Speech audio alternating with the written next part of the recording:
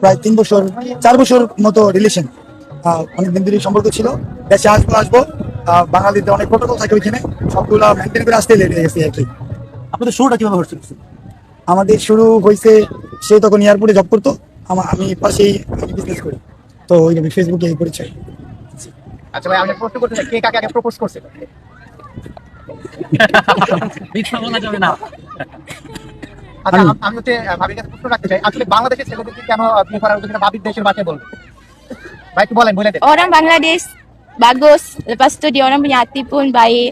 Orang Malaysia pun banyak lelaki ada, tapi itu jodoh. Jodoh sama siapa kita tak tahu. So saya punya jodoh sama orang Bangladesh, so dia punya hati baik, dia pun orang baik. Pasal tu kita dekat 4 tahun cinta.